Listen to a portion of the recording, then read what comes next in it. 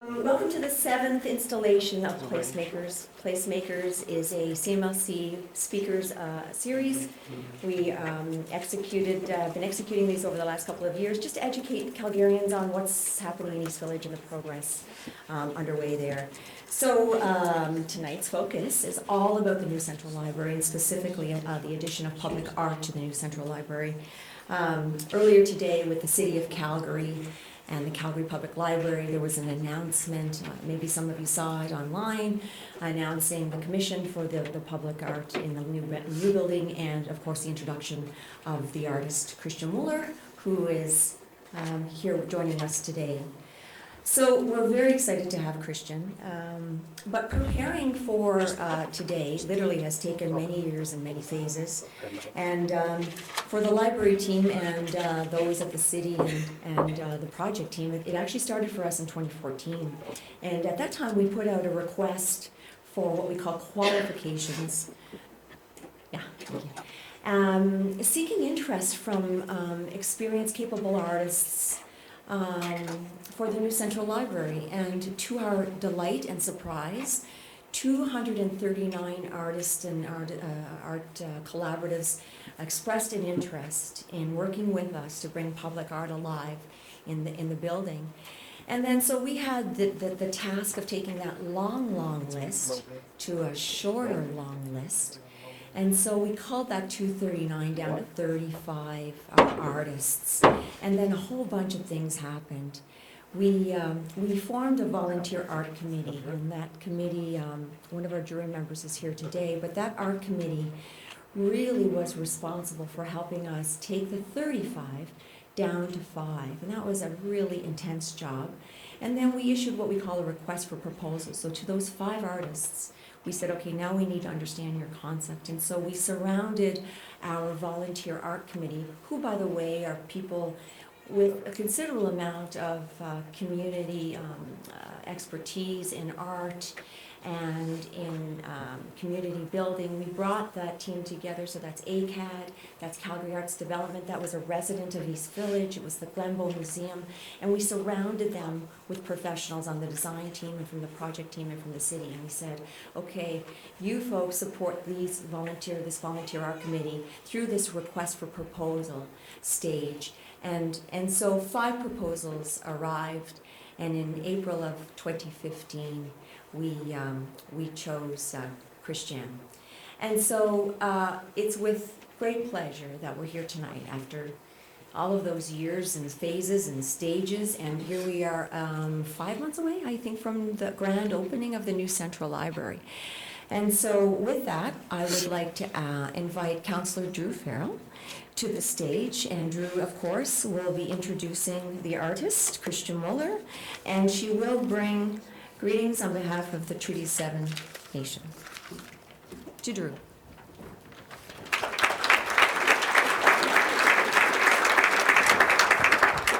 Thank you. I have goosebumps for tonight, so I think you're going to be very happy and excited with what you see. It's in the spirit of reconciliation that we recognize the traditional territories of the Blackfoot people, the Nakota people of the Stoney Nation, the Beaver people of the Tsuut'ina Nation, and the Métis Nation of Alberta Region 3.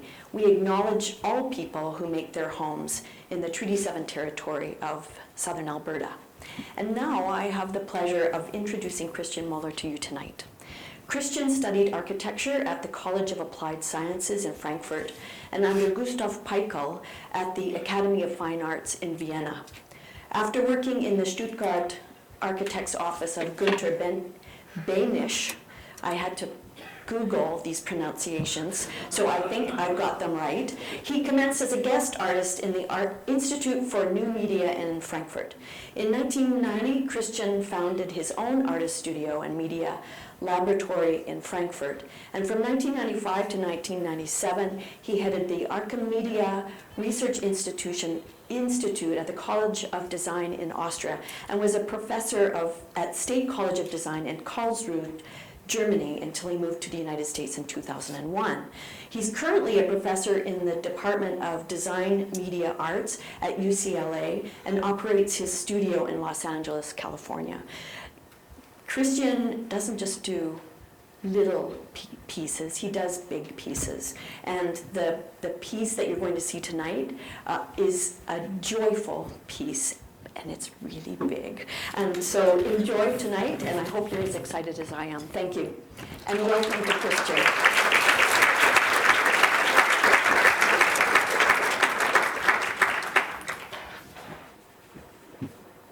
Thank you very much for the flattering introduction. Thank you very much for coming and giving me the opportunity to show you what I'm working on for the new Central Library here in Calgary. Let's go to the next slide, please. I maybe do it this way. So this is a while back it goes slide back. I had a date there, one slide back, yeah, March 31st. That was the date I looked it up in preparation for this talk. That was the date I must have presented my proposal here in Calgary. So you see, this is a while back. Next slide, please. And so I brought you a few sketches of this proposal I presented 3 years ago. So I wanted to come up with something rather tall and graceful. Next slide, please. Something iconic that was important to me. Next slide. So I thought about this Chinese water drinking bird for reasons I can't really explain. And then go to the next slide, please. And I want a kind of hybrid, this guy together with the, let me call it a friendly Albertosaurus. Yeah. So what came out of it? Next slide, please. Looks like that.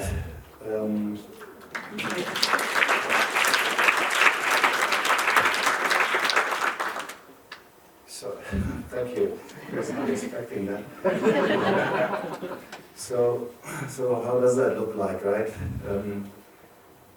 Looks so nice. Maybe a little more like a hockey player who swallowed a billiard ball. So next slide, please. There are 3 of these guys, that's why I call this piece trio. Next slide. Here, about the dimensions, as you can see, these pieces, they occupy, let's say, at least the same volume as a dinosaur. They have 2 different heights. The taller one is 10 meters, so a little more than 30 feet. The shorter one is 9 meters tall. The body has a spherical diameter of a little more than 2 meters. And they're moving. Remember the water drinking bird? They're moving 25 degrees in total, 5 to the back and 20 to the front. And go to the next slide. And as they are different in height, well, that's just kind of physics. The length of this upside down pendulum determines the time it takes to create one period. Right? And so therefore the speed is slightly different, they're slightly out of sync, and that makes the, let me call it this very simple choreography, changing over time. Next slide, please.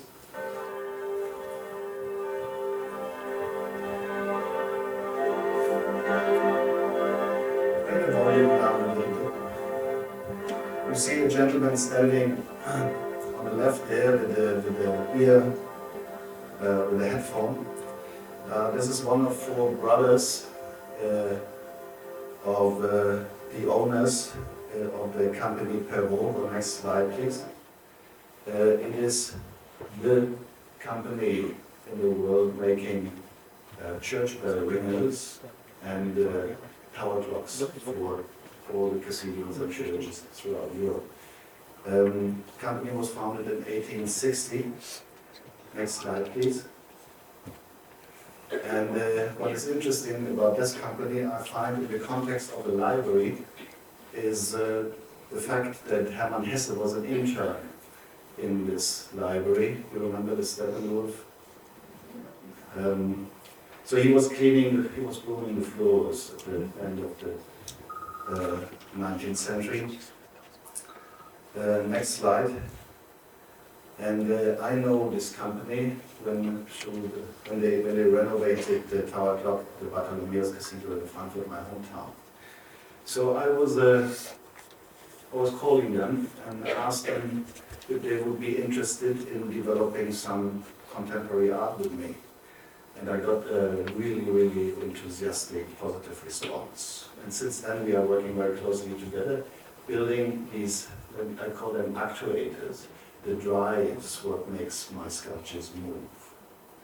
And this piece in Calgary was actually the first reason why I contacted this company. That is how it started.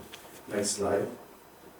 They are sitting in the Black Forest in the small town Calv in Germany. This is their factory, and they built this large-scale mock-up for me for another piece, just to explore how the wind is affecting these very tall structures in their pendulum performance. Next slide. This is how the factory looks now from inside. And so are they making the drive for these sculptures I built here in Calgary. Next slide. Here you see the pieces from the bird's eye perspective. Next slide. These are the colors. I'm using the Matthew color palette. Some of the names are funny. Dream I Can Fly or Old Copper Roof. Yeah, I didn't pick them because of the names. I enjoy this. It would be a job actually. I wouldn't mind taking on to name these thousands of colors. Quite a poetic thing to do. Next slide. So here another view of the sculptures. We are currently on the west side of the building. And in the back, through the underpass, you see the third character standing. Go next slide. He's alone, a little elevated, sitting in the landscape, greeting to the east. Next slide. Here you see them in plan. Right? You're familiar with this slide, I guess. Next slide. And then one more shot from the front. Next. So I'm also doing another piece in the library, and this will be inside. I call it Fish. Next slide. This is what that looks like. It's a wall piece, quite significant in size. I actually need my glasses. This is too far. This is about 45 feet long and 10 feet tall, and it's an image created out of 10,250 books standing in a ginormous bookshelf. Next slide. These are the books. They're the size of 6 by 6 inches. On the right, you see a close-up how they contribute their color patterns over the surface with their book spines. Next slide. They're all linen bound and custom dyed. So here in this case, we are not using Pantone or Matthew or any of these color spectrums. We basically create the colors ourselves, and then we ask the book company to take the linen and dye and play with this. Then they send them to us, and we approve some of them, send the other ones back. And this goes with a ping pong, goes back and forth. And very enjoyable thing to do. And then when we are finally done and all the colors are accepted, then this goes in mass production. The books are already here since quite a while to adapt to the climate, sitting safely in the storage space. Next slide. My assistant Dino with these 12 colored books. Next slide. Here the palette one more time. Next slide.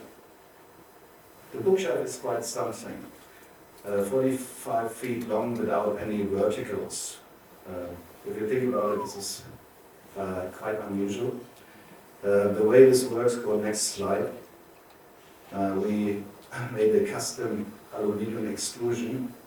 It's actually kind of a little bit of engineering involved in this.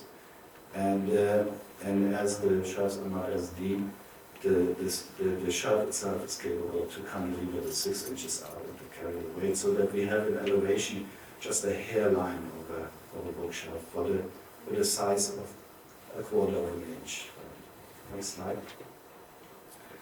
And this is how it will sit there in the library in this rendering, in this cafe area. A portrait of a fish. What else would you do, right? Next slide. A silent and friendly companion in hours of contemplation. Next slide, please. That's my most recent work, finished I think a few months ago. I called it Bobble. You remember from in the 60s, bobblehead dog on the dashboard of the car, so it's the same thing. So that's also kinetic work. Most of my works are kinetic in nature, but this one is activated by wind only. And the appearance of this piece has something to do with what you can expect from the pieces I'm going to build here in Calgary. So it will be shiny and colorful. Good image rendering against the blue sky. Next slide. This is El Mirage Dry Lake, by the way. A very, very amazing place close to Los Angeles. They use that mostly for dragster car racing. Oh yeah, no, there it is. Huh? Looks good against the sky. Next slide. That's also a piece I finished most recently in the new public library in Austin, Texas. I don't know if you had a chance to go to Austin. Amazing place. You have maybe your perception or your ideas what Texas is about. Go to Austin and this how I call it, these assumptions you have to gonna change. It's a wonderful place. If you like music, it's a must go. The library just opened, wonderful place. I made this cuckoo clock. But if you look a little closer, then you will see this cuckoo clock is invaded by blackbirds, by crows, or wackos. Next slide. This gives you an idea of the scale in this library. It doesn't really look so huge, but this is how we installed it to test the drive mechanism. It was also engineered in Germany in this company, Peru. Go one forward and should animate this thing if you push the button. Yeah. Right.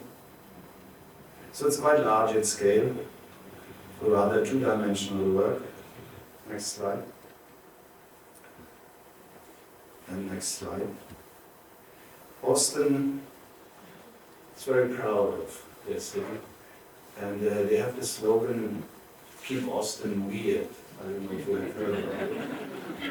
And I'm going to show you quickly why this makes sense. Ginny's Longhorn Saloon, an amazing country western bar, more kind of on the leaning towards the left of the redneck spectrum. Next slide, please. But it's not only that, it's also the home of chicken shit bingo. Talking about birds, right? Next slide, please.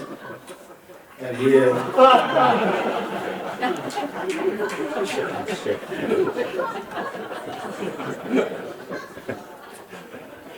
So, who needs Las Vegas or Monte Carlo, right? If you can have chicken shit bingo. Next slide. They have more of this stuff. So, Congress Avenue Bridge holds the largest bat colony on the continent of America, and anywhere else they would consider this a pest and would do something about it. In Austin they didn't, and it became a huge tourist attraction. And now every evening at dawn, people are traveling out there to the bridge, celebrating the takeoff of the bats. And most beautiful thing. Next slide. And then they have this. They have an unbelievable amount of great-tailed gracklers all around the city. And that blackbird, next slide please. That's not like a normal bird. This is the bird what looks at you and you know that he has some thoughts about you. Kind of a opinion, so to speak. Go next slide please. And I thought that is a good thing for a library. In literature, the blackbird often appears as a symbol of remembrance, mystery, sorrow. Sometimes the blackbird is seen as evil, sometimes good, but always it possesses an intelligence that is nearly supernatural. And to let that go a little deeper, I'll show you a little video clip of a scientific video I found. Next slide. So you see this bird in a situation, first time ever, where they give him some food in this glass jar. And he has a little wire in his beak and try to get the food out, what obviously is not the easiest thing to do.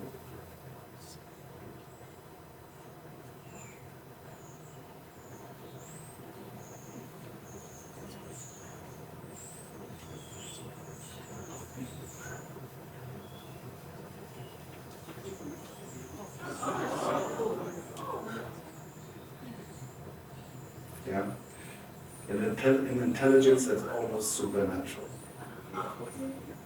I think this is good enough to use that as something to play in the context of the Bible. Next slide, please. Push the button again, please. So here you see it now in the library in motion.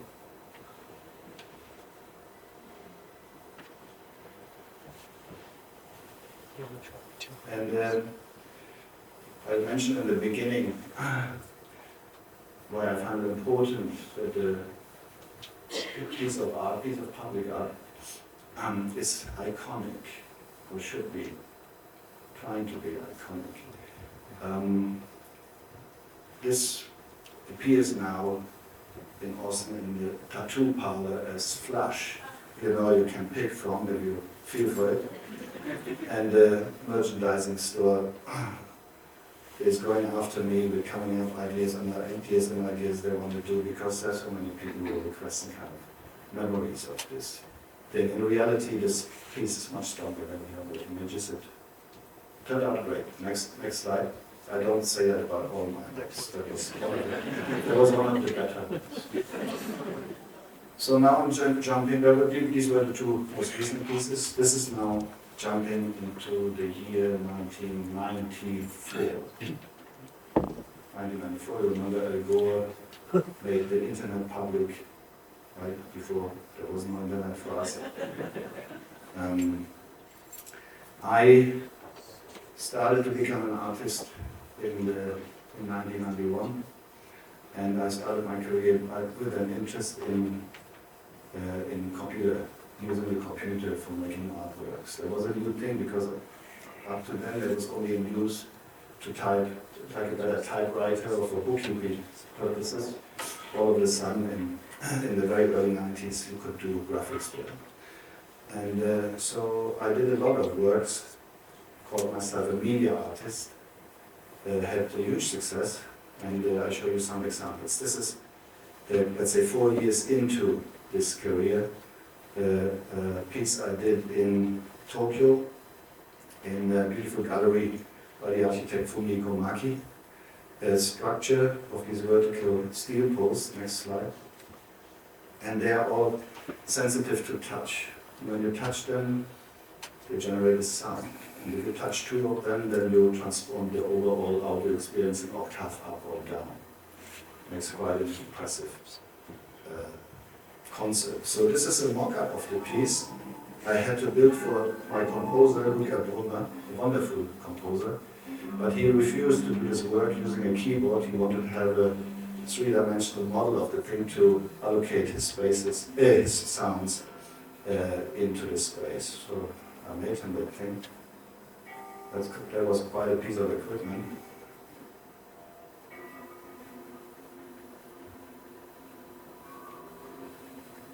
Look at that. And then here now in action, people are wandering around in this piece and creating this non-linear composition of music. It's not a cacophony, it's actually really, really well timed. It's a pleasure to listen to. And I had it surrounded by a large number of profile spots here, the spotlights, which are all kind of focusing the same square into the structure, and they were connected to this touch system. So at night, when people were playing with this, they were also generating this pattern of light and shadow within the structure.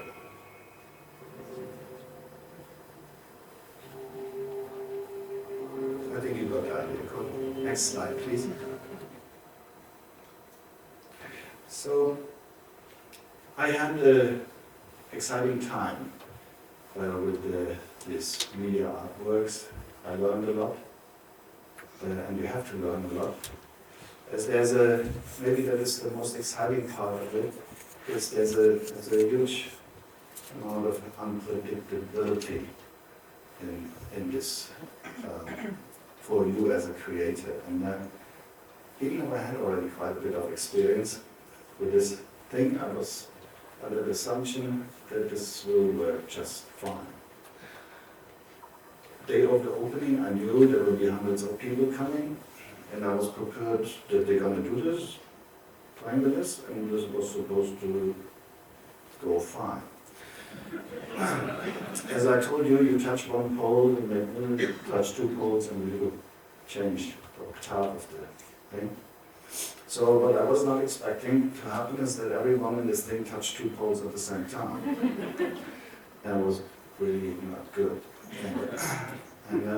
But as I had already a little experience how to deal with these things, so I was running with the secretary up to the office of the gallery, and I had her type in Japanese a sentence, completely unnecessary, redundant sentence how this thing works.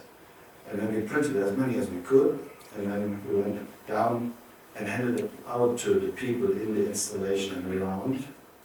And from that moment on, everyone had a piece of paper in his hand and could touch it.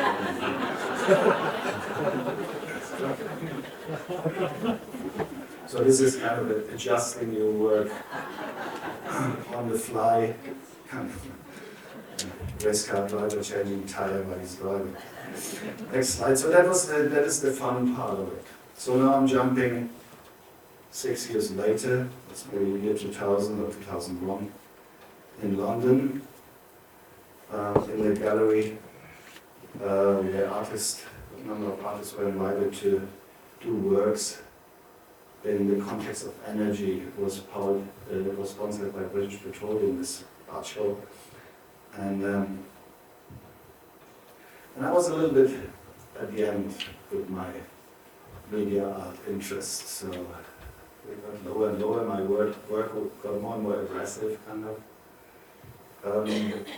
And I proposed something where I would know for sure that they're not going to go for it. And but I was mistaken, so they did.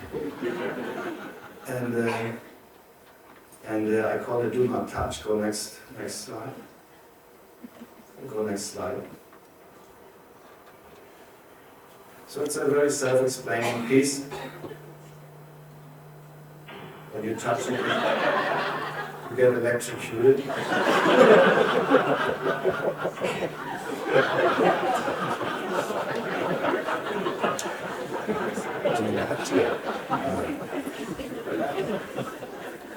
If you touch it 3 times, you get electrocuted 3 times. Most people didn't because it was actually really not pleasant. I touched it only once. But a good example for how far you can get with something if everyone is actually really going for it. This gallery is owned by the Queen of England. She has a lot of equity, and they have lawsuits as well. And the head of this museum, not the head, the head of the security system of the museum, he said right away, only over my dead body. And the director of the museum told him, be careful.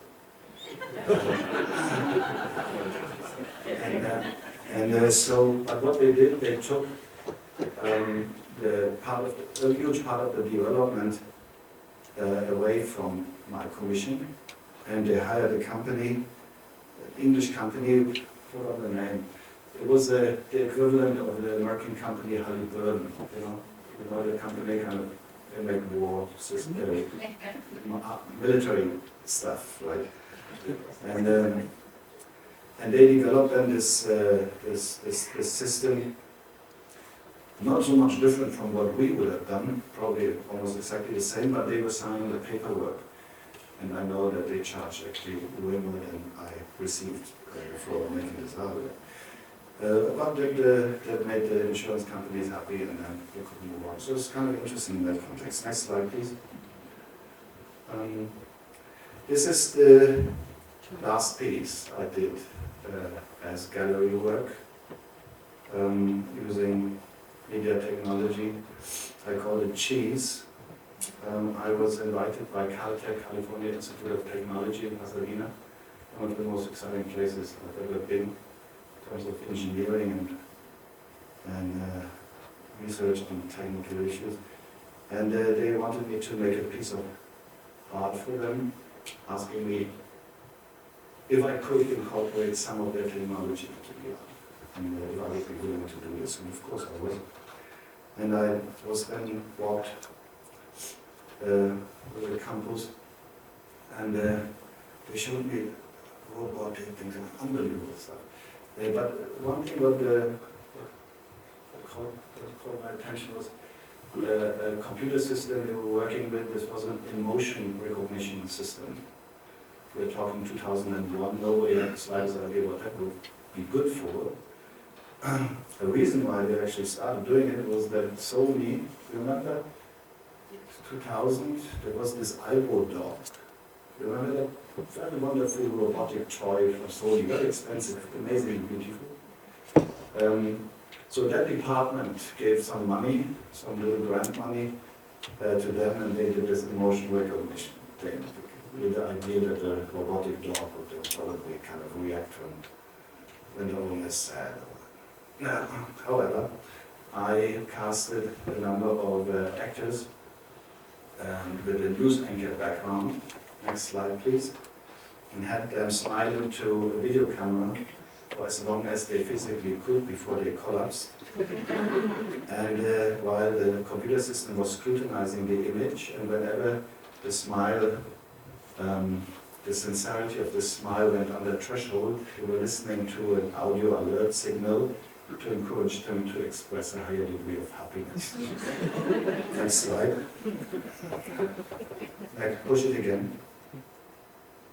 So this shows the recording session. Make the volume up, all the way up. Make it louder.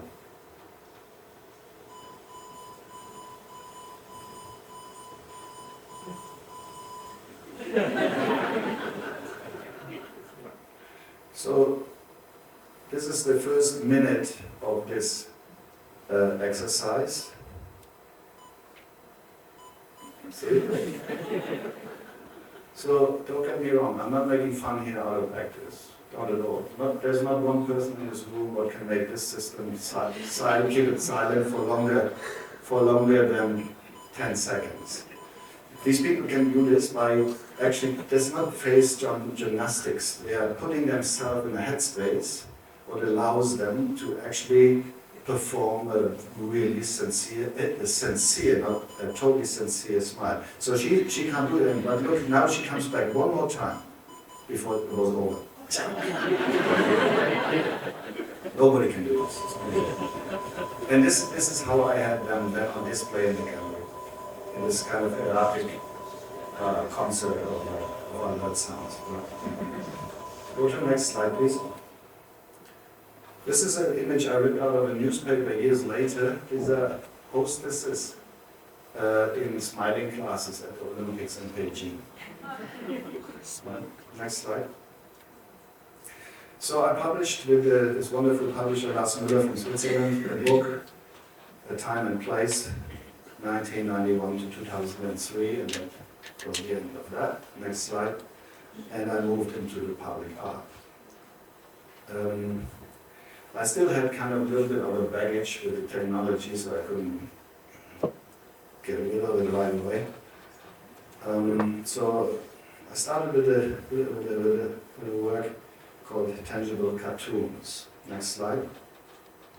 That's a piece I did in Singapore at the airport, Changi International Airport. It's a huge robotic arm, similar to what you find in a car factory, or where it puts airplanes together. Next slide. And it's sitting on a tall pedestal, and it's holding a propeller on its tip. Next slide. And the propeller is designed with the dimensions and proportions of a propeller of a contemporary cargo ship. Next slide.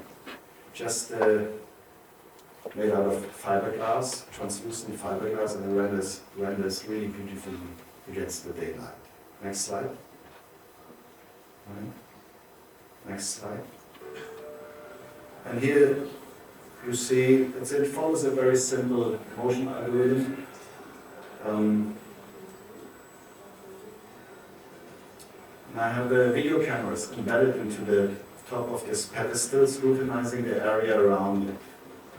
And whenever the sculpture recognizes people facing it, holding on or making groups, then it turns its performance towards these potential spectators. It's called Daisy. Next slide. So I'll show you another piece I did for an airport. It's Seattle Tacoma Airport. On the opposite spectrum. I mean, this was, in Singapore, there was a kind of an expensive piece of work. Very complicated, technology-wise. To the edge level, that's almost impossible to be installed. Yeah? And here the opposite, the most modest budget you can think of. And I had already kind of something figured out when the successful water landing on the Hudson River happened with another Captain Sullenberger. I show you a clip which I find worth showing to everyone who hasn't seen it. Next slide. That's the entire journey.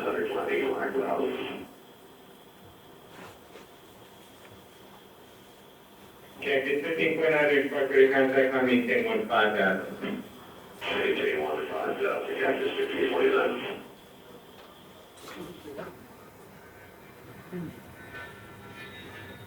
Cactus 15.9 for left 270. Yeah, Cactus 1539, the first second floor. It's returning back towards the warhead. Okay, you need to return the whole body. Turn left heading up 220. 220. Copy the flight to Center Emergency returning. It's 15.9. He first track, he lost all engine, he lost the thrust in the engines, he's returning immediately. Cactus 1529, which engines? He lost thrust in both engines, he said. Got it. Cactus 1529, we can get it, if you want to try to weigh in 181 Certainly won't remain as an option. Cactus 15.9, give me left traffic from runway 31. Unable. Okay, what do you need to land? Do you want to try to go to Teterboro? Yes. Teterboro, Empire, actually, we're going to park emergency now. Hey, good. Packet 1529 over the George Washington Bridge, wants to go to the airport right now. We'll go down and check. Does he need assistance? Yes, it was a bird strike. Can I get him in for runway 1? Runway 1, that's good. Packet 1529, turn right 280, can land runway 1 in Peterborough. We can't do it. Okay, turn right 1 in Peterborough. We're gonna meet that one. I'm sorry, say again, Cactus? Cactus 1549, radar contact is lost. You also got Newark Airport up at 2 o'clock in about 7 miles. Go next slide, please. That was a short trip, huh? Flying humans and flying birds don't mix very well. That was what crossed my mind, and I contacted the administration in Seattle and told them that I want to make an artwork about this wonderful water landing, and they just fainted. Sorry. Shouldn't laugh about their own jokes. So they were not so pleased. But then I elaborated what I want to do. I call it Restless, a piece that highlights the unwelcoming nature of an airport environment towards our native bird population. I got away with this. Next, please. There was the Canadian goose and his friends who caused this almost catastrophe. Next slide. So I wanted to do a piece using off-the-shelf bird control stuff. So like these bird spikes. Next slide. And these repellers, we had them in Los Angeles, often on these large billboards. As in movies, they spin around and they scare the pigeons away. Very common, inexpensive technology. So, next slide. You see on the right upper corner the 200 feet bridge over International Boulevard. This is where this piece is landing. Next slide. Here a sketch with 12 of these propellers, spinning sticks, and then this board with the bird spikes. Next slide. Hard to photograph that thing. But what it shows, the bird spikes painted in the same color as the rest of it, they break the light differently than the solid surfaces of the piece, and they create a glow around it, very beautiful. And then you see this spinning device, it's skinny on top of it. Next slide. Next slide. A little video here. You can bring the volume down here.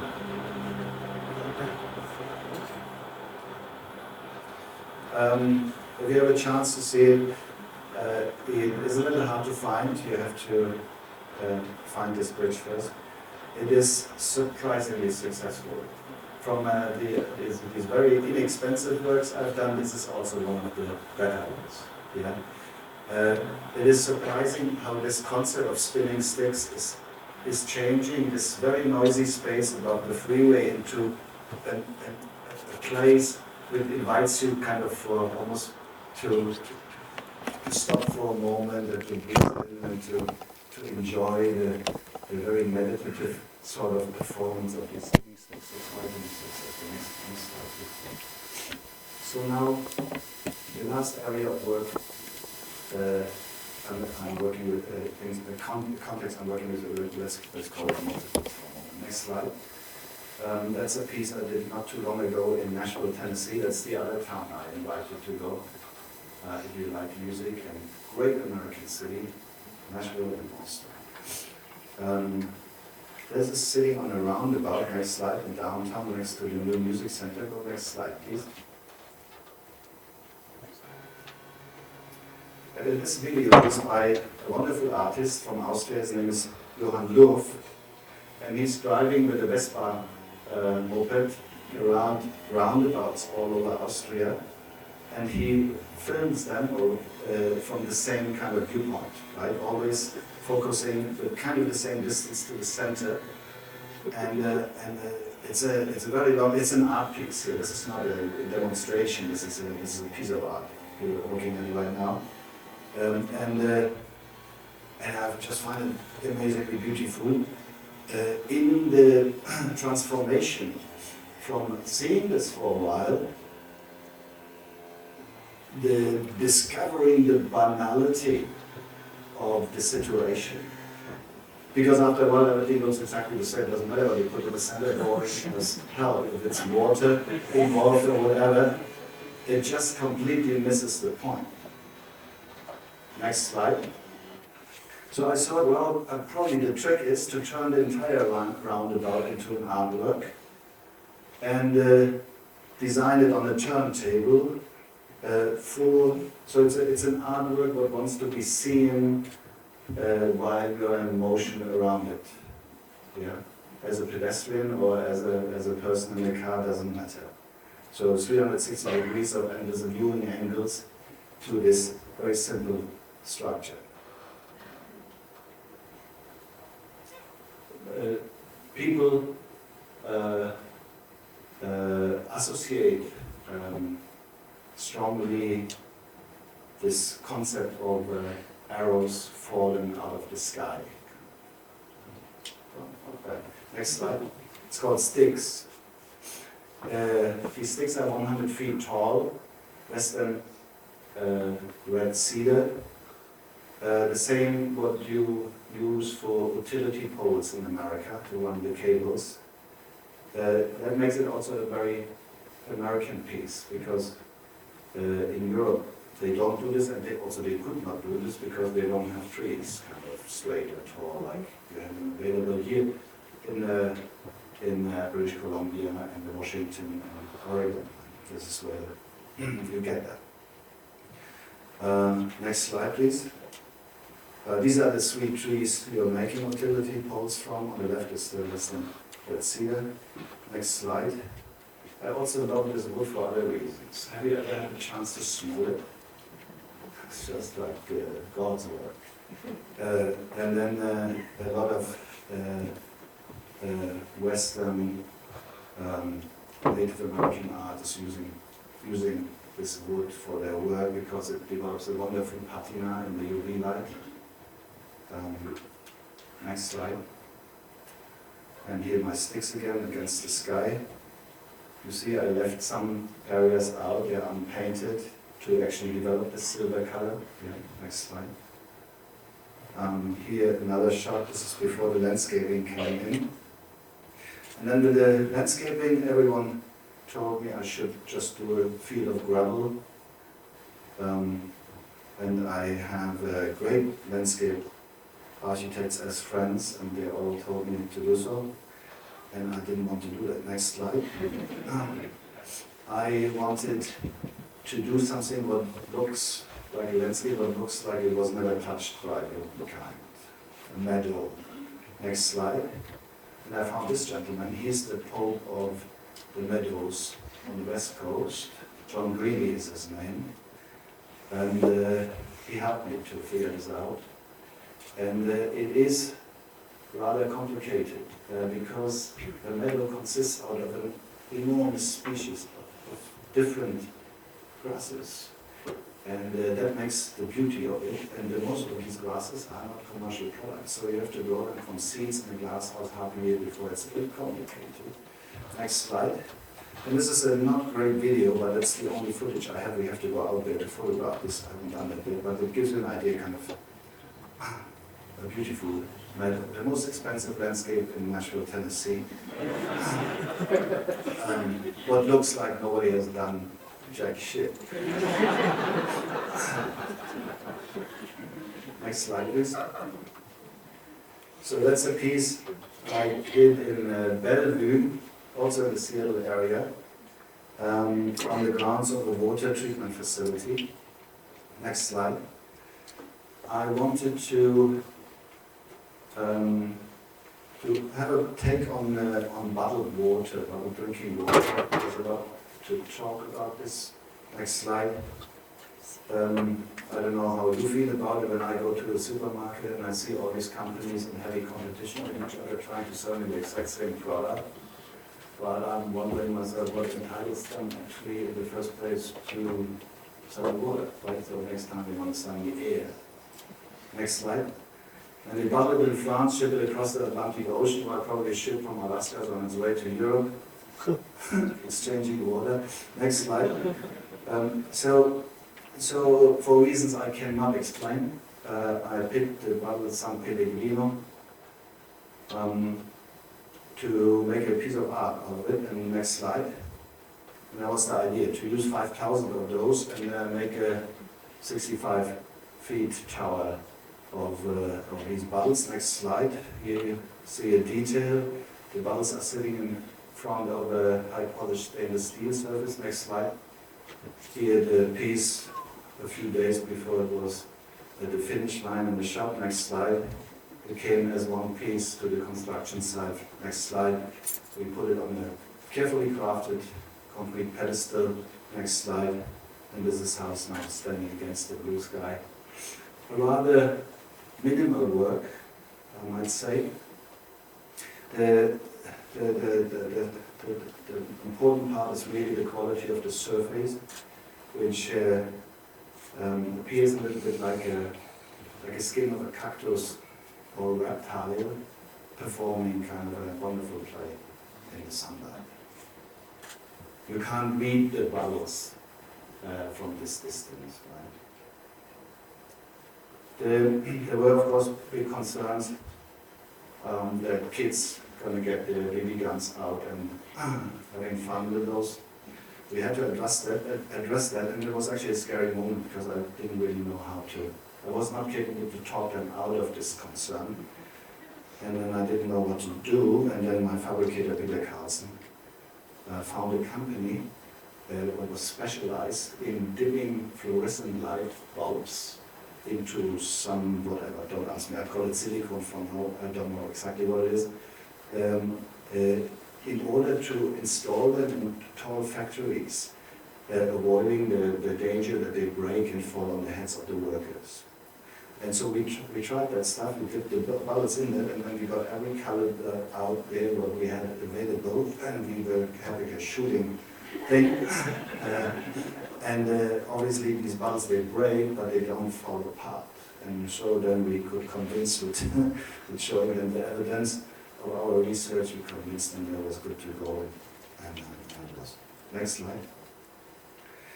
Go back. One more. Go back. That's a little bit better story. So to get these bottles, I contacted Nestle. That's the company that owns San Pellegrino now.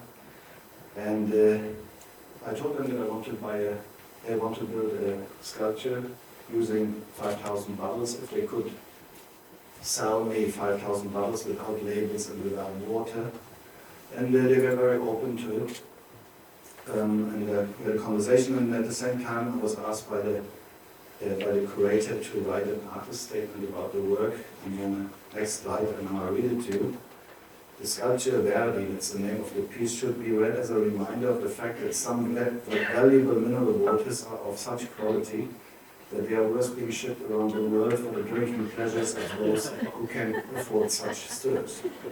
But the general understanding should be that someone who wants to sell you water for profit is a questionable friend, and all likely not contributing all too much to the culture of the United States. So what I was not expecting was that Nestle had internet.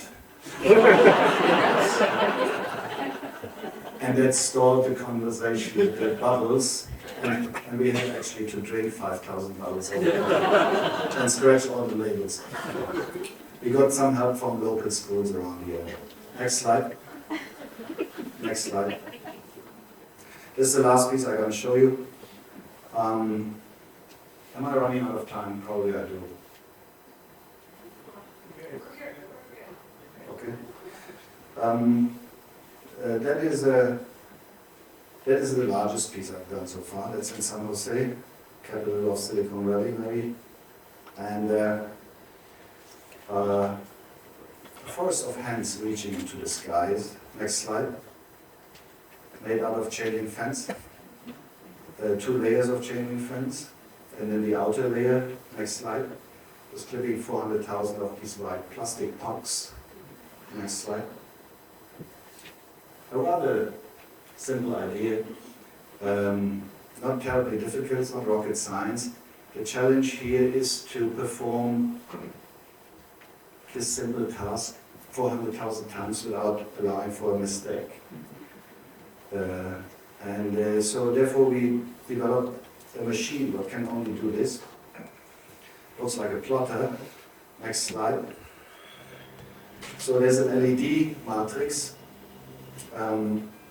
So we by hand remove the chain link fence 24 inches in 24 inches sections over this LED matrix, switch the computer, and then the LEDs are showing us where the next round of plastic parts needs to go.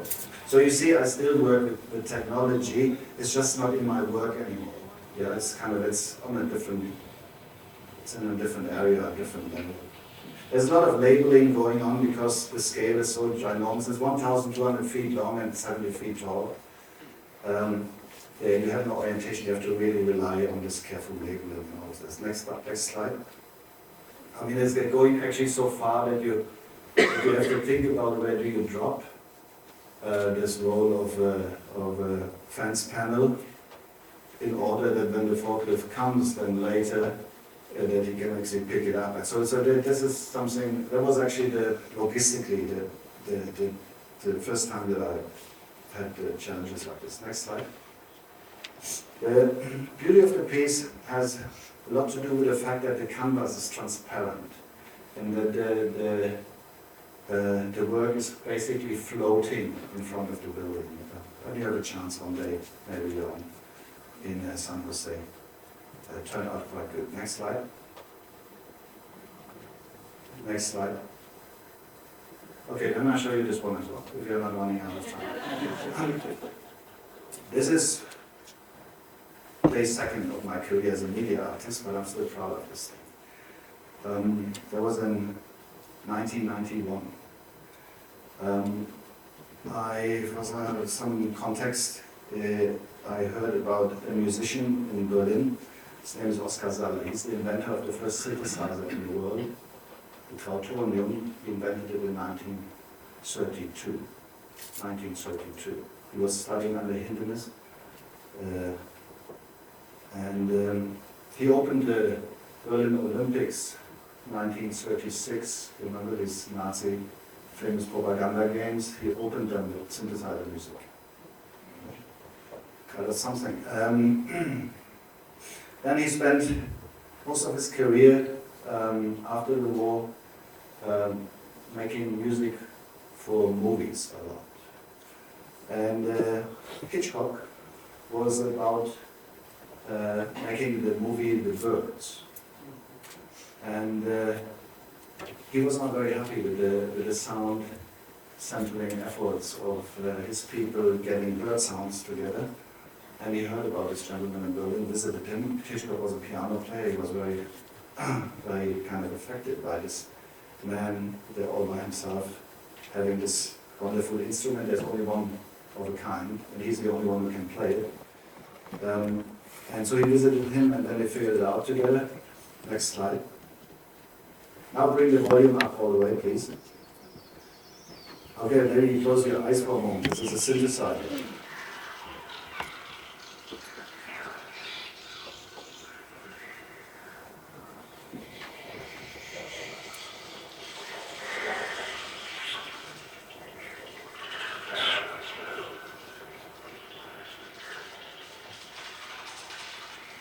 It's not a synthesizer, it's a Trautonium, to be more precise, and this is him. I was able to convince him to come to Frankfurt to play a concert while I had the biggest video projection back then possible on the building where he was performing, because he refused to do his performance for a bigger audience. So we could only invite a handful of people, I think 50 in total. And we projected it to the outside. We installed the most amazing audio system into this facade. It was chamber music quality in the road. And had him doing this performance, and then there were thousands of people in the street joining this concert.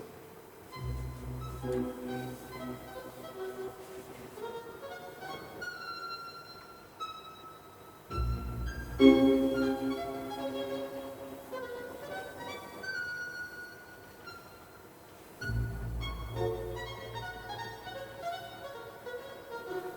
a string instrument, as you can see. What looks like register buttons have no function, they're just orientation. You see this black bag over the streetlights, this is how I dim the streetlights down. Without really asking for permission.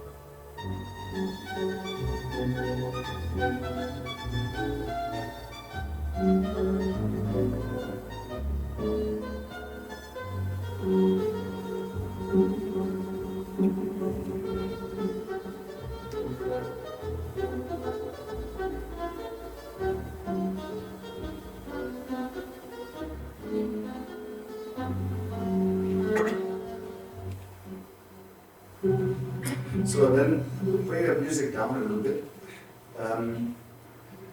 One reason why he doesn't like to perform in front of people is to go from one composition to the next takes him up to 5 minutes to adjust the buttons on this machine.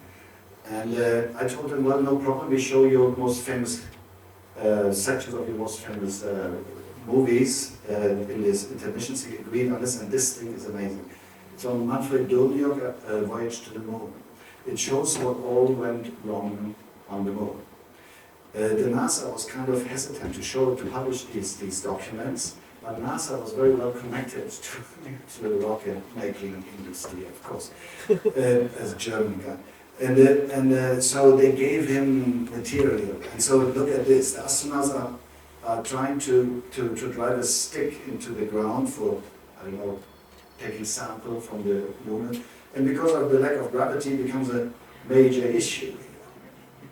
I don't know what's embarrassing about it, I find it just amazing.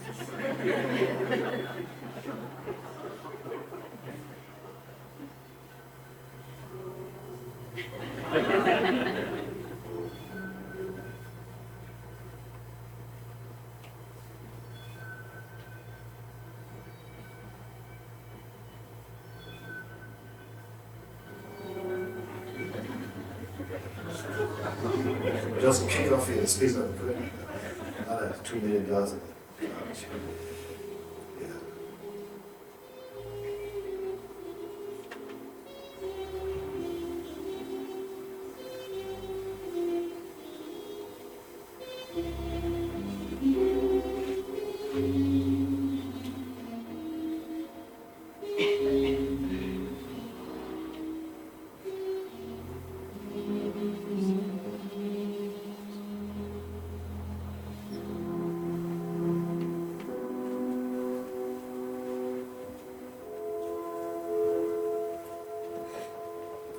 Thank you. Go next slide, please.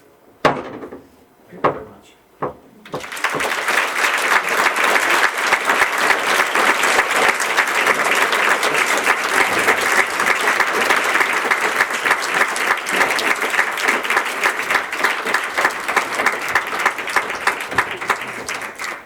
Well, Christian Moeller, I now know why I couldn't sleep last night, because that was fantastic. Christian, don't go too far because we're doing a few quick presentations and then we're going to get into some question and answers. Thank you, that was brilliant. So now I'd like to call on Bill Ptacek, who's President and CEO of the Calgary Public Library, to say a few words about receiving the public art into the new space. Bill?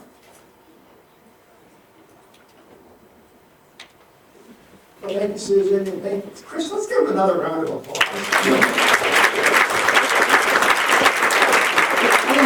Such an encouragement and such, anyway, I think just go on, I really, so the hardest part for us has been to know what the art is going to be, and not to be able to say anything about it. I mean, we had to keep this secret, and, but I want to tell you that, art is integral to a public library. I mean, you can't have a library look, art is supposed to make you think, right? I mean, you saw it just now in the last hour, okay? So art's supposed to make you think.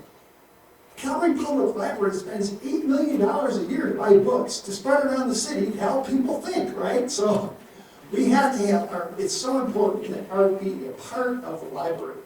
And knowing what this art was and knowing how, again, we could spend the rest of the evening kind of looking at it and thinking about it or whatever. I could go on about the fish and how the fish could be, in a way, the idea that the library contains all the information in the universe, that the fish is in the fish bowl, which is the universe, and he's looking out and thinking about that with all the knowledge of the world, and the library sitting there. And we can go on and on and on. But it makes you think, it makes me think, and that's really what it's all about. And that's why it's so important that we have great art connected. And we've been certainly working at the library to make sure that all the experiences in the library are going to match the quality of the art and the quality of the building. I don't know if we're going to accomplish that, but our staff have been working for 4 years to make sure that there are great experiences in every corner of this building. So what I really wanted to say tonight was, the New York Public Library has lions, but we have trio. The lions just sit there. The trios move. Trio has physics, it has engineering, it has color. The lions just sit there. We are so happy to have trio. We're so happy to have the fish at the Calgary Public Library. And we think it's one of the reasons why it's going to be the greatest public library in the world. Let's get a fish in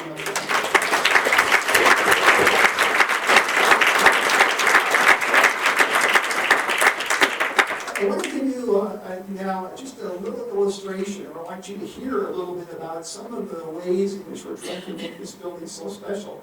Another aspect to the art has to do with the opportunity to create an Indigenous presence in this building, Indigenous placemaking. And Sarah Meilleur, who is our Director of Service Delivery and in charge of the Central Library, has been living and breathing this project for years now, is going to come up and talk a little bit about the placemaking that's going on that will relate to the Indigenous presence and experience that people will have in this building. So Sarah, would you please come up and do that? Thank you.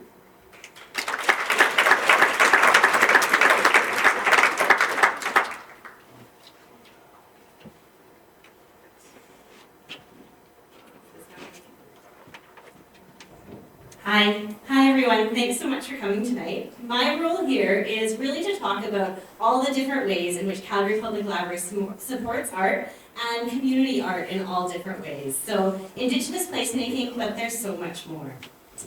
So I'm going to talk about 3 key ways in which we're going to highlight community creativity and have it celebrated and fostered at the new Central Library, and really in library locations throughout the city. Because we're here tonight talking about the new Central Library, but we are a system of 20 libraries and soon to be 21.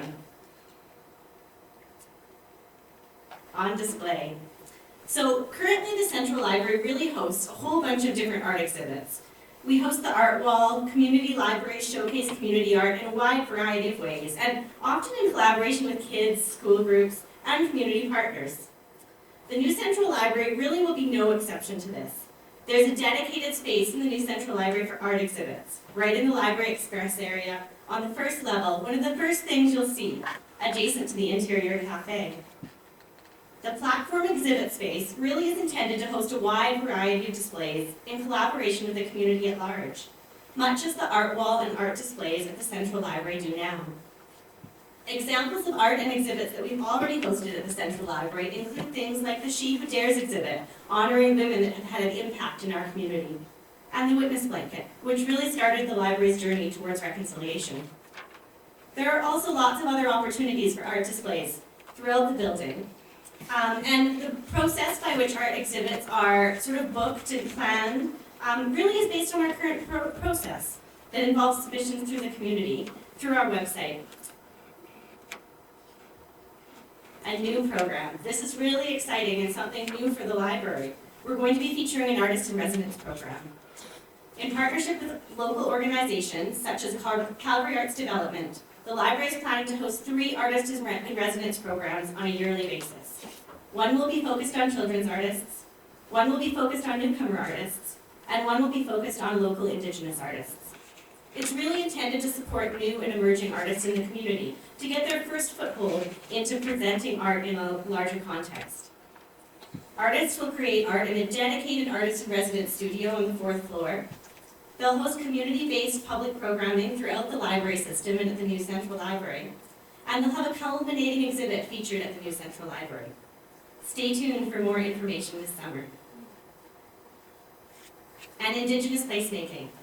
It's really important to the library that the new Central Library says to everyone, welcome, you belong. In the spirit of reconciliation, we recognize that this is a really important opportunity to acknowledge that the new Central Library sits in Treaty 7 territory and to reflect the true story of the land upon which the building sits, and really to ensure that we integrate elements that represent Indigenous culture, heritage, and traditions.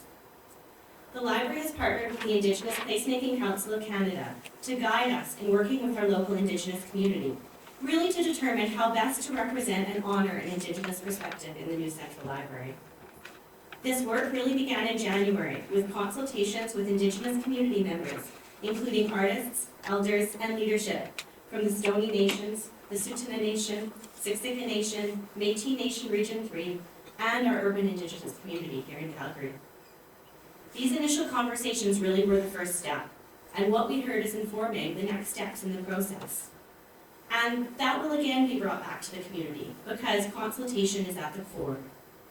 The next set of consultations is planned to take place this spring, assuming spring ever really comes. It's really important to note that Indigenous placemaking is about much more than just art. Here's a short video from IPMC that provides a more thorough perspective on the work of Indigenous placemaking.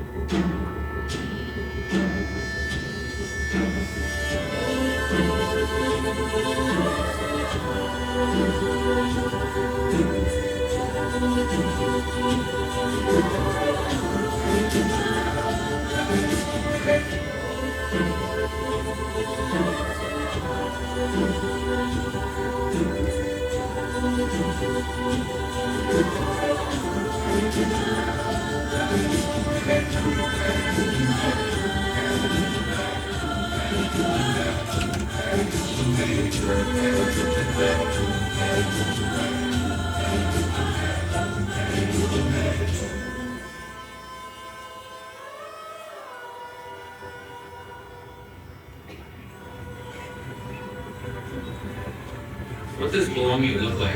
If nothing of your culture, history, language, or art is visible in the streets, parks, buildings where you live, how can you ever feel welcome there? The Indigenous Placemaking Council seeks to restore Indigenous presence in Canadian cities, towns, and communities.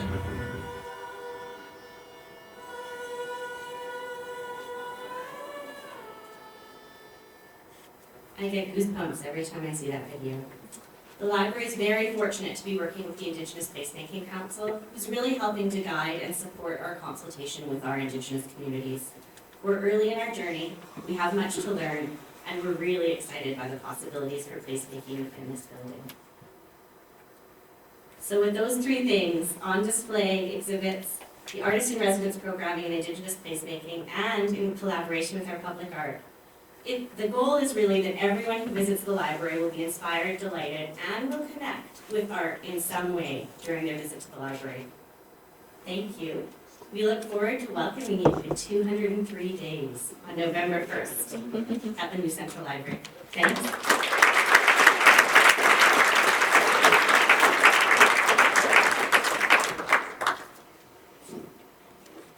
Okay, I think now we get into some questions and answers. I'm wondering if you could give us a sense of, I mean, you know, we went from 30 to 239, 35 to 5.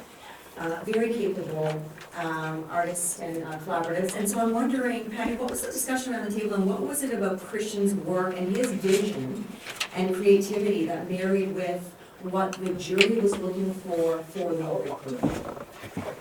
Well, thank you for having me. I think, well, you all heard from Christian, his work, and having a chance to be on the committee and hear from him about what prompted his ideas around TRIO was really quite affirming for us. The process that we undertook, as Susan mentioned earlier on, was that there was a firm that worked with us, Art to Public, who took those 239, narrowed it down to 35. Those 35 were then shared with the committee, who then got it to 5, and then those 5 came and met with us. And so we got to meet Christian back in 2015, I guess, and even now, what you saw around TRIO, those images have been with the committee right from the beginning and the earliest submissions. And they struck us because we felt like, as a group, it moved us in all kinds of ways. And as Susan mentioned, the committee was made up of a number of individuals who brought a different set of eyes and lenses to the process. So, notwithstanding I am the CEO of Calgary Arts Development, I do not profess to be an artist of any kind. I did not go to an art school per se, but I am a champion for the arts and I love my city.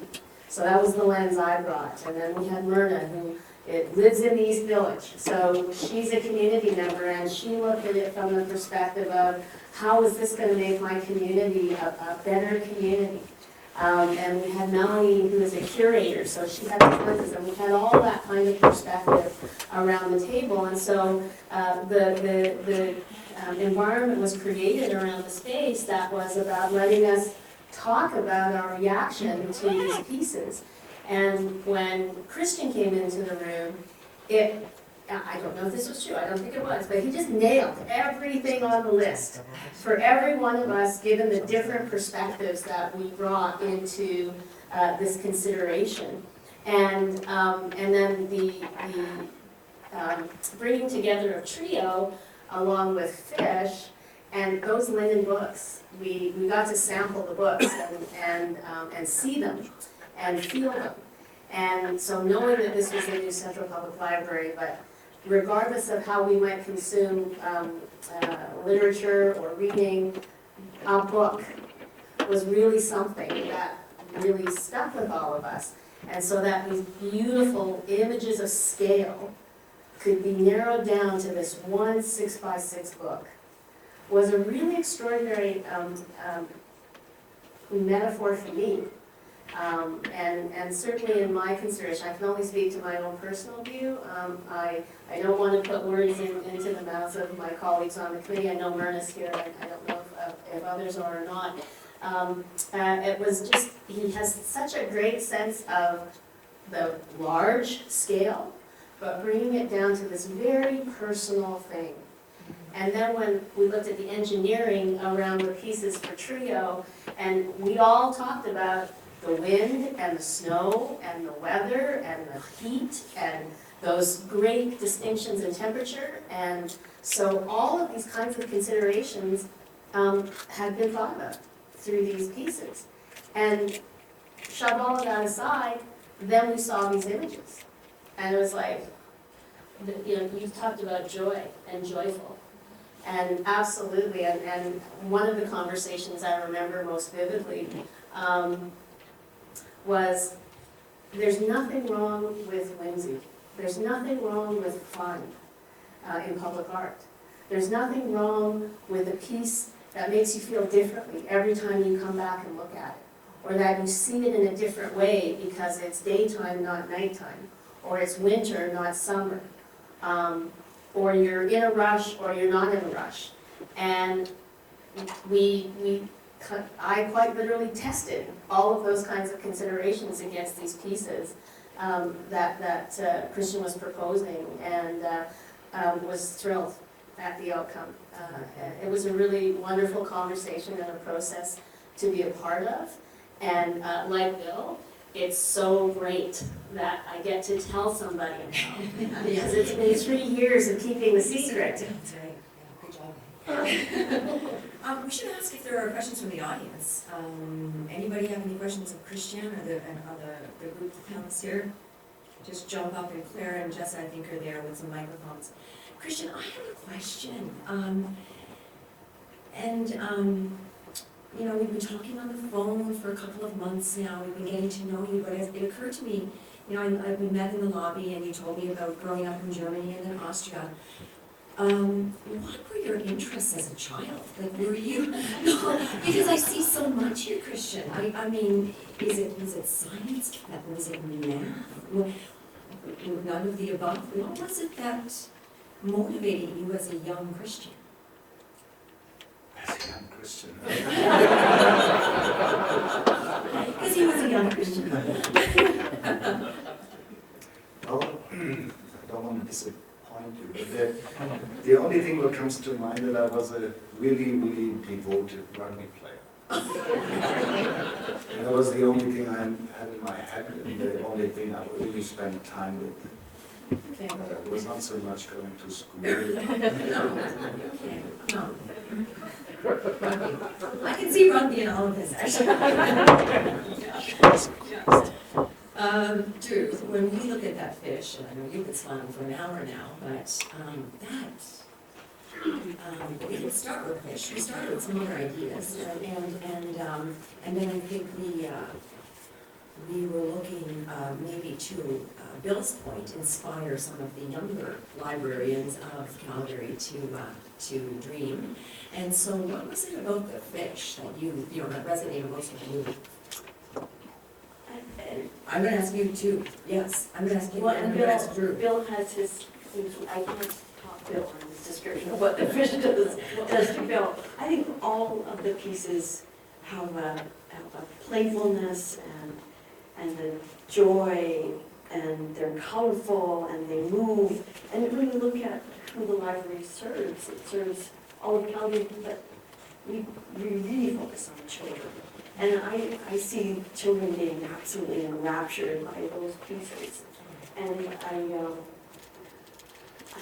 delighted. I'm delighted with them. Right, no. And Christian, it did change over time, didn't it? It morphed. It didn't necessarily start with a fish. Yeah, no, it didn't start with the fish. We went through a couple of iterations, and the first one was a shot with knowing very little, and it was not necessarily a good idea. Mm-hmm. Yeah, it was this concept of using book spines to make a beautiful image. The second idea I liked quite a bit, and but I was alone with my idea. I compensated my frustration then with doing an exercise of doing a lot of iterations. There were actually quite a lot. I never showed them to anyone. And while I was doing these things, it crossed my mind, if I would build a library, not as an architect, I wouldn't be capable to do this, but let's say from your perspective, orchestrating, moderating the process, I would insist to build a huge fish tank into this thing, a huge aquarium. Oh, very good. A fireplace is difficult. I wouldn't mind a fireplace either. But an aquarium for sure. Why is that so? Why do I think that this is something what should be in every public library? I don't know. I'm doing the doing. The sense making, I leave to smarter people, better educated people. Let's call it that way. It's a sense of what I would think what could make a place a better place. Totally objective, no way to justify. That's all right. We have a question here. Yeah, my question's for Christian, and I was just wondering what the experience of fish is going to be. Will we be able to touch the books? How will it be apparent to us that they're books, and how close will we be able to get to them? Well, that also depends a little bit on on the library administration, how they want to have that to happen. I wouldn't be opposed to the fact that people are going to touch. They will touch the other books which are on display as well. I could see that happening, but I could also understand that there are concerns that they might get stained or damaged. In small scale, I would not actually really change the artwork so much. It would just, yeah, it would change it actually. It would change it, but it would not necessarily mess with the value of the piece, in my opinion. There are a lot of things you can do actually with 10,000, I've forgotten how many, some hundred books.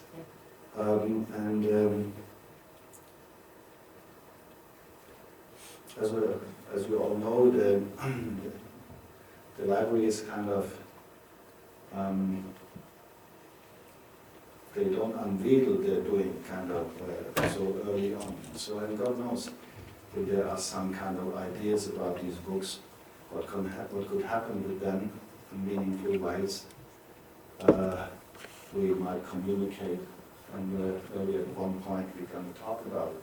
If they get a little dirty over time, it's possible we can also keep them clean. I'm easy with that. You know, You will when you see them, I think the desire to touch them, hug them will not be so big. In this library, Bill, there's an engine, a fire truck, I think, and you've had a lot of experience in the last, particularly year to 18 months with children, you know, rushing into this building and, you know, touching and being in the truck. And so it's a great question, because I think when the fish is understood, the children of all ages, me included, how they want to go and be near the installation. So how do you manage that? Well, there's a concept, you know, dirty books in the library. What a crazy idea.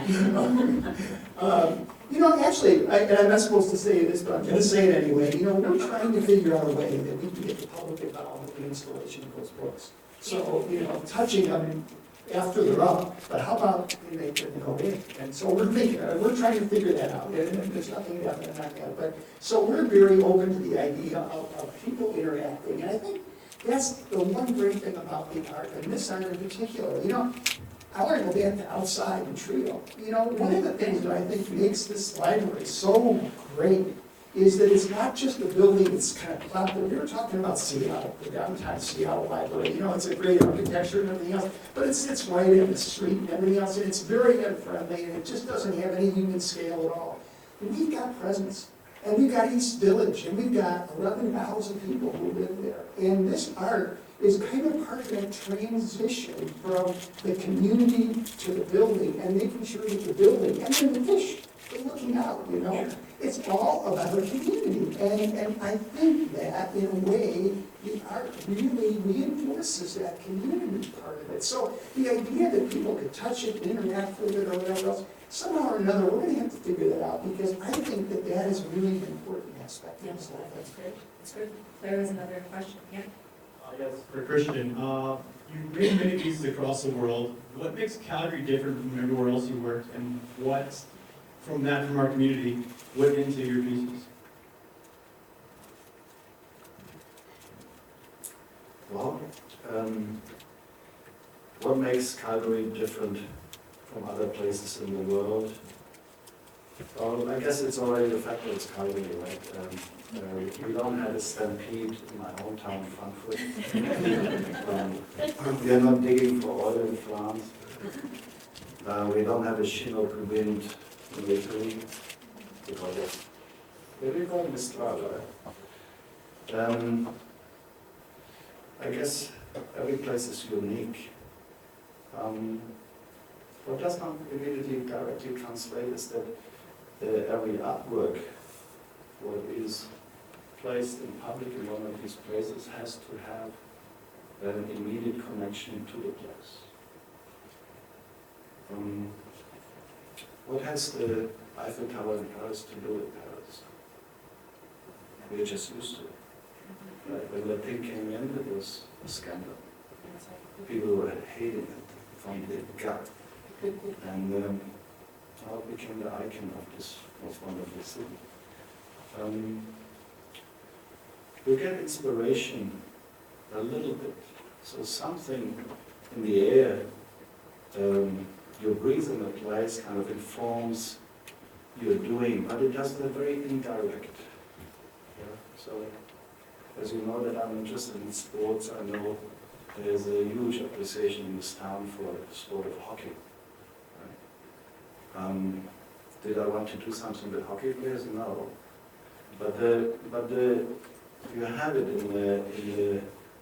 in the composition of your swords, and they kind of work a little bit like let me call it like a perfume, in which surrounds you. And of course, in my studio in Los Angeles, I'm not talking about a coffee shop in Calgary, but this perfume I'm bringing from Calgary while I'm making my work. You know, so this is not a very satisfying answer, maybe, but this is what comes to mind. It's easier for us, but I was wondering what. Yeah. So yeah, go ahead, yeah. Hi there, Christian. I have two questions for you. I think it's a really interesting and sort of delightful choice to separate the trio spatially. Could you talk a little bit about that? And part two, is there anything printed inside the books? That's this. Is anything printed inside the books? Okay.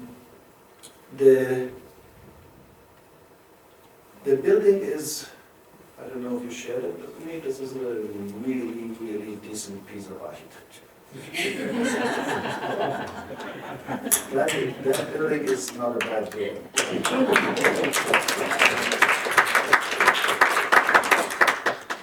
And I congratulate the architects Snohetta for doing this. And I first saw that there's the subway coming out of the front of the ship, kind of crazy is that? and then it's quite beautiful, this facade is beautiful. And this underpass, right, how it's kind of, I don't know, pushed back into the building or carved out of the building, I don't know how the architects would explain that.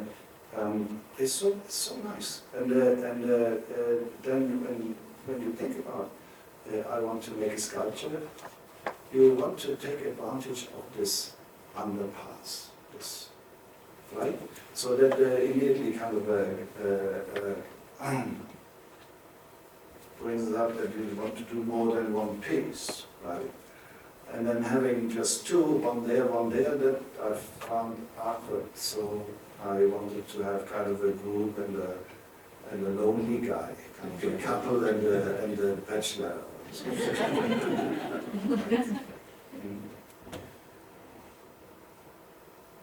So it's interesting because the books that we were talking about, the fish installation, some of which are here today, the answer, I think, to the second part of the question is there's nothing in the books. Sorry. There's nothing written in. I forgot that second part of your question. There's nothing in the books at this point. But there are books here tonight. So what Christian has allowed graciously for us to do tonight is for all of us to inscribe whatever message we would like to inscribe in those books. And we are going to include those books in the 10,000 books that we have here in Calgary for part of the installation. And building on what Bill said, okay, I can go, you go ahead, I can wait, please. Hi there. Hi, Christian. Just a quick question. Given the historical proximity of the area, and although this is nowhere near as old of an area as you're used to coming from Europe, is there something that you would like to leave us as a lasting impression that you'd like to see your installation leave as something we could paste on our blueprint for our history moving forward, given this unique installation, to this unique opportunity for this wonderful library that is being built? May I ask you to ask this question? You know, I'm not a native English speaker. Can you just word it kind of differently? Ask me one more time, because I don't want to get it wrong. Sure. The area that this library is being built is the oldest in Calgary. And our city isn't that old compared to the many areas that you've been exposed to, also coming from Europe. Is there something that you can teach us or give us or leave us, given your unique contribution, that we can add to our history moving forward? So basically, how can you put your stamp on our history moving forward?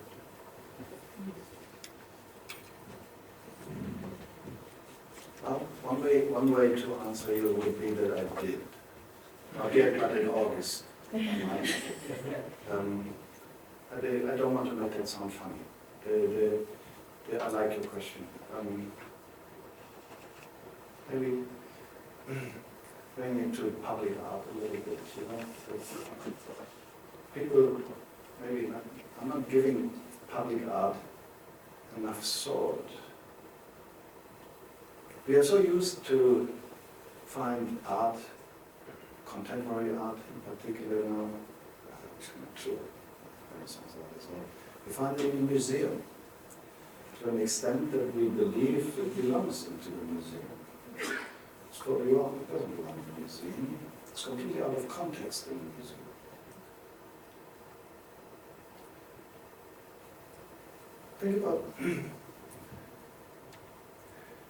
Think about where, let's say, where you find public art, it's true public art, still there since thousands of years, but totally in context. Reminds me of the caves in Lascaux or Pechmer in southern France, 20,000-year-old drawings on the wall of these caves.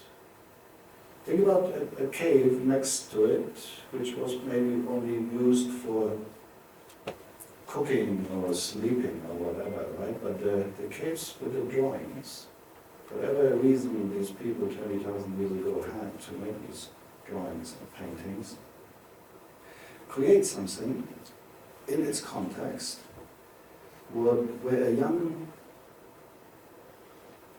person, boy or girl, can go without the teacher. You don't need any explanation. Just go there, knowing it, what it is, and have it set in its context. Makes people understand the nature of art, something sublime, something what other things won't do. It's bigger. The museum is kind of making it harder to read. And public art is where the art should be, exposed to everyone, triggering conversations between people trying to make sense out of it. And when our civilization is gone, what are the artifacts some aliens or whoever will take away from here? Kind of holding it the most valuable. Will be the artworks. It won't be the cell phone showing what they did for communication or kind of the complicated machines burning gas for transportation purposes. This is all kind of relatively banal compared to what drives humankind to make art. And so instead of looking so much into the history of a place, I think a good thing is to put a little art into it. Maybe more than just. Yeah, Drew's smiling. Thank you. Thank you for coming, Christian. Thank you. Brilliant. All right, then,